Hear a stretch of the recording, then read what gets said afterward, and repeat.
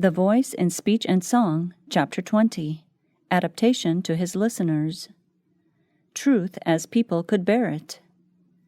Christ drew the hearts of his hearers to him by the manifestation of his love, and then, little by little, as they were able to bear it, he unfolded to them the great truths of the kingdom. We also must learn to adapt our labors to the condition of the people, to meet men where they are. Varied messages for different audiences. His, Jesus' messages of mercy were varied to suit his audience. He knew how to speak a word in season to him that is weary, for grace was poured upon his lips that he might convey to men in the most attractive way the treasures of truth. He had tact to meet the prejudiced minds and surprise them with illustrations that won their attention. Through the imagination, he reached the heart. Language of common life. Learn of Jesus. He was the greatest teacher the world ever knew, yet he spoke in the language of common life. He met the necessities of all. He adapted his instruction to all times and places, to both the rich and the poor, the educated and the ignorant.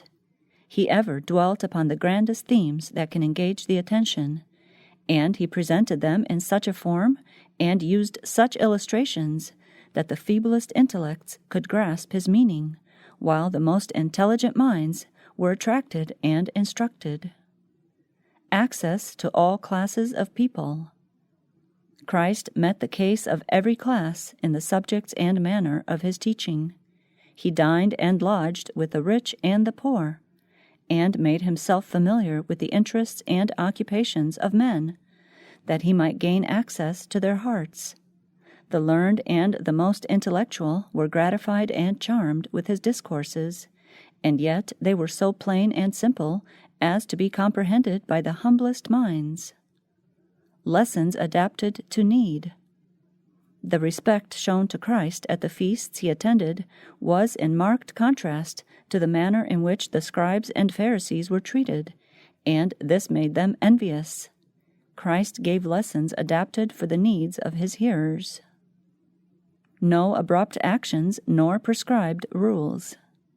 Jesus found access to minds by the pathway of their most familiar associations. He disturbed as little as possible their accustomed train of thought by abrupt actions or prescribed rules.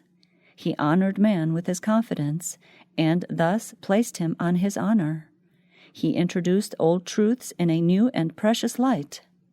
The truth came from his lips, beautiful in its simplicity, yet clothed with dignity and power.